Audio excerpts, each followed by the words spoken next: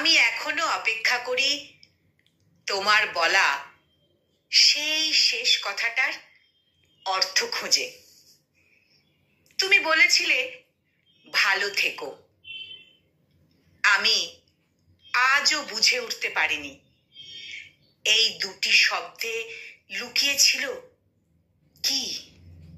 আশীর্বাদ, বিদায়, নাকি অপরাধ বোধ?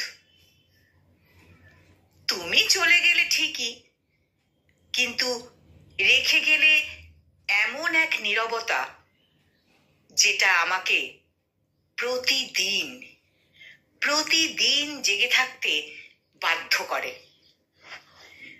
ভুলিনি তোমাকে।